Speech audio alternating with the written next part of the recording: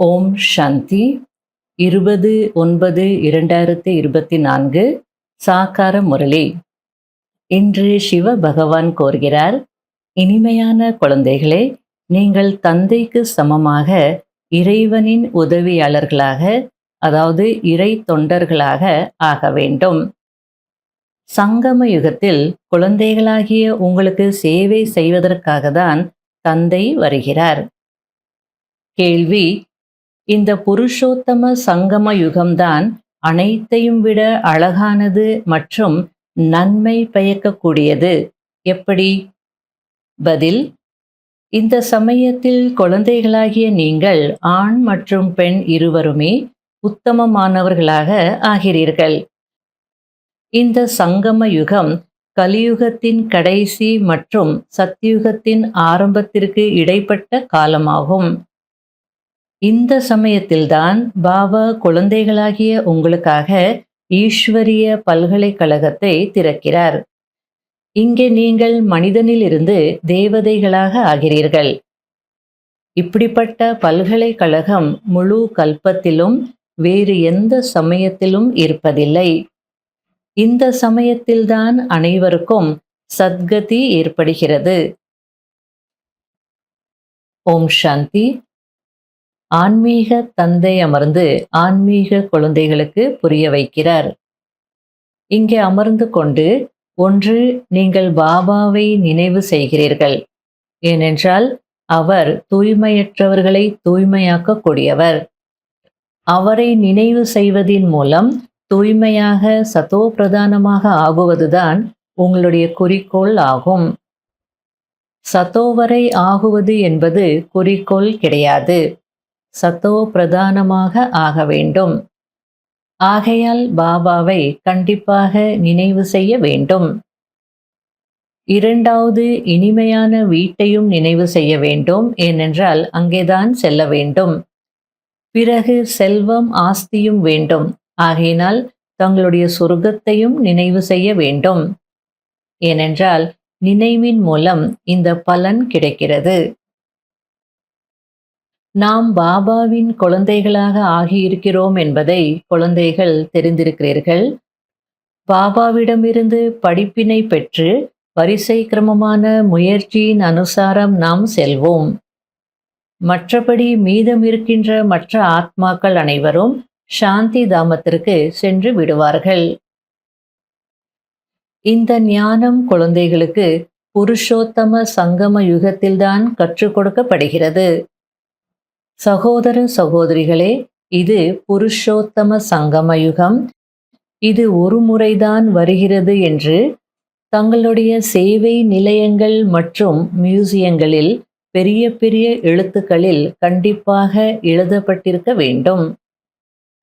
புருஷோத்தம சங்கம யுகத்தின் அர்த்தத்தை புரிந்து கொள்ளவில்லை என்றால் கலியுகத்தின் கடைசி மற்றும் சத்யுக ஆரம்பத்தின் சங்கமம் என்று எழுத வேண்டும்.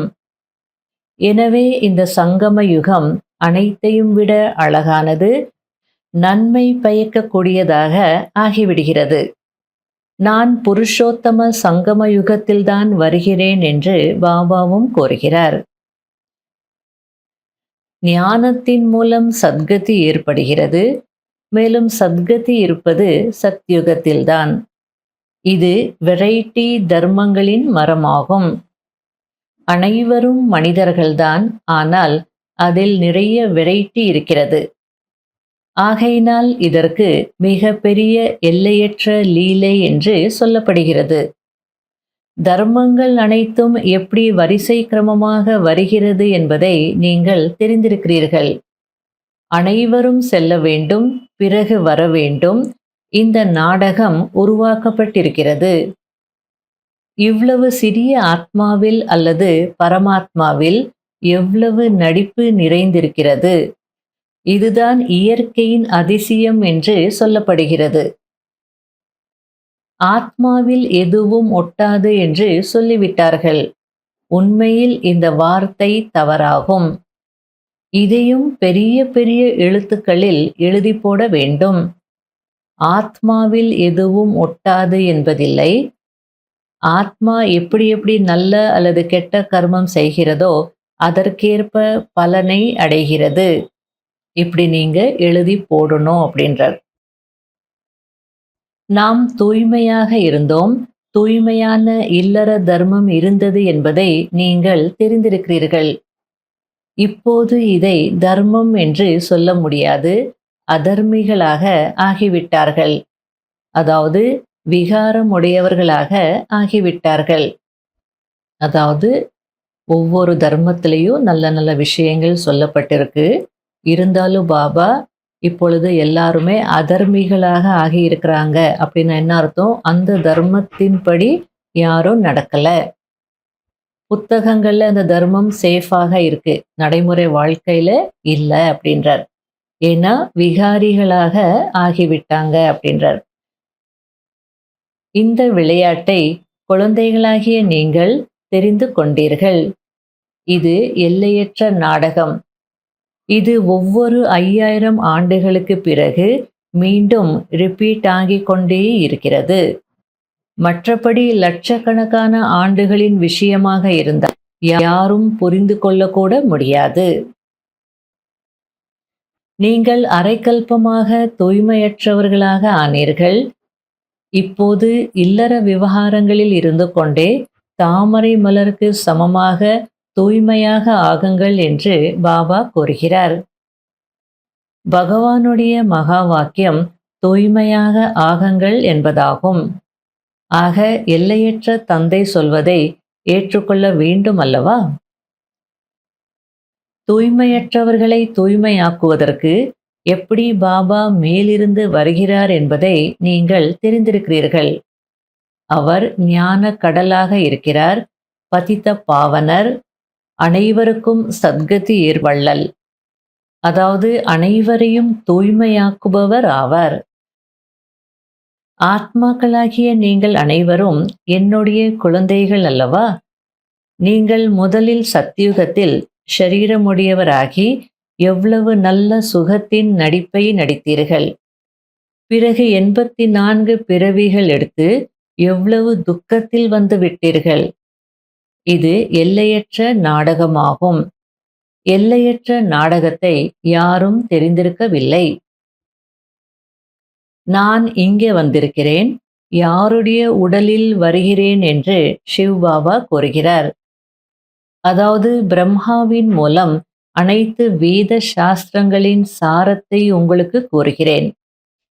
இவருடைய பல பிறவிகளின் கடைசியில் வருகிறேன். இவர்தான் முதல் இளவரசராக ஆகிறார். பிறகு 84 பிறவிகளில் வருகிறார் என்று தந்தை கூறுகிறார். நல்லது. இனிமையிலும் இனிமையான காணாமல் போய் கண்டெடுக்கப்பட்ட செல்ல குழந்தைகளுக்கு மாத் பிதா பாப் தாதாவின் அன்பு நினைவுகள் மற்றும் காலை வணக்கம். ஆன்மீக குழந்தைகளுக்கு ஆன்மீக தந்தையின் நமஸ்காரம். கடைபிடிக்க வேண்டிய முக்கியமான சாராம்சம்.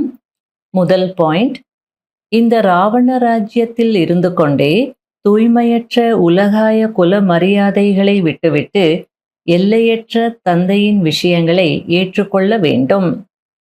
இல்லற விவகாரங்களில் தாமரை மலருக்கு சமமாக இருக்க வேண்டும். இரண்டாவது பாயிண்ட், இந்த விதவிதமான எல்லையற்ற லீலையை நன்றாக புரிந்து கொள்ள வேண்டும்.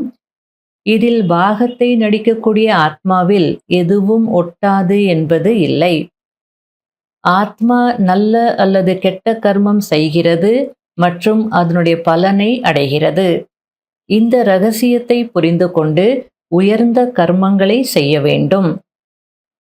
வரதானம், தந்தையின் சம்ஸ்காரங்களை தன்னுடைய உண்மையான சம்ஸ்காரமாக ஆக்கிக் கொள்ளக்கூடிய சுப பாவனை சுப விருப்பம் உடையவர் ஆகுங்கள். இப்பொழுது வரையிலும் நிறைய குழந்தைகளிடம் வருத்தப்படுவது, ஒதுங்கி விடுவது, மற்றவர்களை பற்றி சிந்தனை செய்வது அல்லது கேட்பதற்கான விதவிதமான சம்ஸ்காரங்கள் இருக்கிறது. என்ன செய்வது? என்னுடைய சம்ஸ்காரம் என்று சொல்கிறார்கள். இந்த என்னுடையது என்ற வார்த்தைதான் முயற்சியை தளர்வாக்கி விடுகிறது. இது ராவணனுடைய விஷயம், உங்களுடையது அல்ல. எது பாபாவின் சம்ஸ்காரமோ அதுதான் பிராமணர்களின் உண்மையான சம்ஸ்காரமாகும். அந்த சம்ஸ்காரம் என்னவென்றால் விஸ்வ கல்யாணக்காரி, அதாவது உலகத்திற்கு நன்மை செய்வது, சுப சிந்தனை செய்வது, அனைவருக்காக சுபபாவனை சுப விருப்பம் உடையவர்கள் ஆகுவதாகும். அதனால என்ன செய்யறது, என் சம்ஸ்காரமே அப்படி அப்படின்னு சொல்லாதீங்க. உண்மையான சம்ஸ்காரம் விஸ்வ கல்யாணக்காரி சம்ஸ்காரம், சுப சிந்தனை செய்யக்கூடிய சம்ஸ்காரம். ஆகையால சுப பாவனை சுப விருப்பம் உடையவர்கள் ஆகங்க அப்படின்றார். ஸ்லோகன்: யாரிடம் சக்திகள் இருக்கிறதோ அவர்கள்தான் சக்திகளின் பொக்கிஷங்களுக்கு அதிகாரிகள். இன்றைய அவ்வியக்த சமிகை: ஒருபோதும் நியாயம் கேட்பவர் ஆகாதீர்கள். இதுபோல் எதையாவது வேண்டக்கூடியவர்கள் சுயம் தன்னை திருப்தியான ஆத்மா என்று அனுபவம் செய்ய மாட்டார்கள். மகாதானிகள், அதாவது மகாதானம் செய்யக்கூடியவர்கள் பிச்சைக்காரர்களிடமிருந்து ஒரு நயா பைசா கூட வாங்குவதற்கான ஆசை வைக்க மாட்டார்கள். மற்ற விஷயங்களுக்கு வசமாகி இருக்கும் சக்தியற்ற யாசித்து கொண்டிருக்கும் ஆத்மாக்களிடம் போய் இவர் மாற வேண்டும், இவர் செய்ய வேண்டும், இவர் கொஞ்சம் ஒத்துழைப்பு கொடுக்க வேண்டும், இவர் கொஞ்சம் முன்னாடி செல்ல வேண்டும், இப்படிப்பட்ட சங்கல்பம் அல்லது இப்படிப்பட்ட ஒத்துழைப்பு வேண்டும் என்ற பாவனை என்னவென்று வைப்பீர்கள் என்று பாபா புரிய வைக்கிறார். நியாயம் வேண்டும் அப்படின்னு கேட்காதீங்க, அல்லது நியாயம் கிடைக்கல அப்படின்னு நினைக்காதீங்க. டிராமா படி என்ன உங்களுக்கு கிடைச்சிருக்கோ அதுதான் நியாயம். நியாயம் கிடைக்க வேண்டிய நேரத்துல கிடைச்சிடும். ஆகையால யாசிக்காதீர்கள் அப்படின்றார். ஓம் சாந்தி.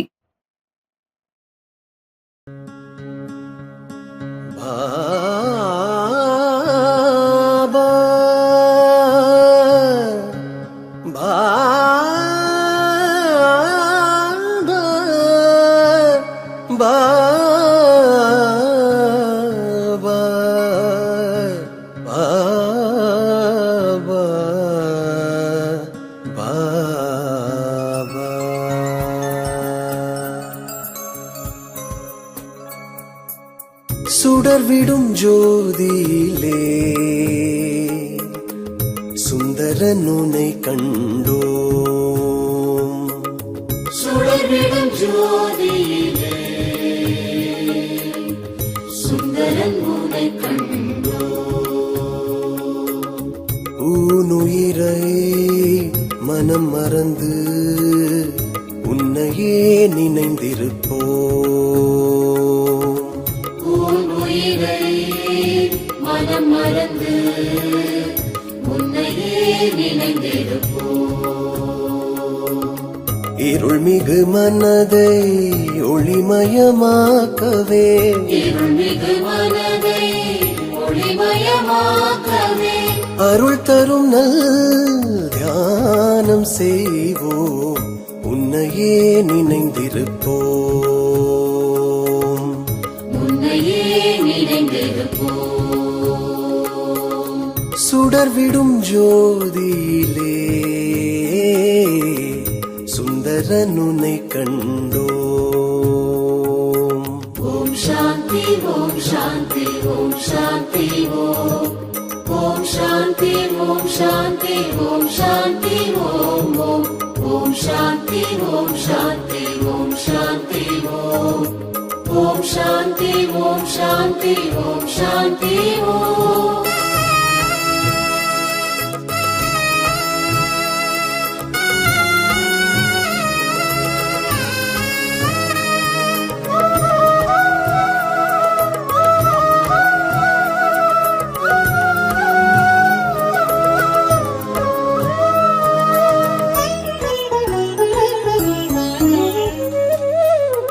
அன்பருள் வழங்குபவர், ஒப்பில்லாத ஒளியவர், அண்ட சகாசரமாய் உருவான முதல்வன்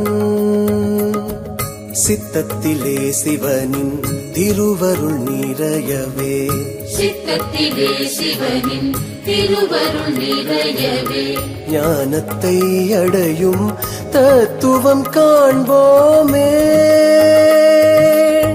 தத்துவம் காண்போமே சுடர்விடும் ஜோதியிலே சுந்தரனுனை கண்டோம் சுடர்விடும் ஜோதியிலே சுந்தரன் உன்னை கண்டோம் ஊனுயிரை மனம் மறந்து உன்னையே நினைந்திருப்போம் உன் உயிரை மனம் மறந்து உன்னையே நினைந்திருப்போம் இருள்மிகு மனதை ஒளிமயமாக்கவே இருள்மிகு மனதை ஒளிமயமாக்கவே அருள் தரும் நல் தியானம் செய்வோம் உன்னையே நினைந்திருப்போம் உன்னையே நினைந்திருப்போம் சுடர்விடும் ஜோதியிலே சுந்தரனுனை கண்டோம் ஓம் சாந்தி ஓம் சாந்தி ஓம் சாந்தி ஓம் ஓம் சாந்தி ஓம் சாந்தி ஓம் சாந்தி ஓம் ஓம் ஓம் சாந்தி ஓம் சாந்தி ஓம் சாந்தி ஓம் ஓம் சாந்தி ஓம் சாந்தி ஓம் சாந்தி ஓம்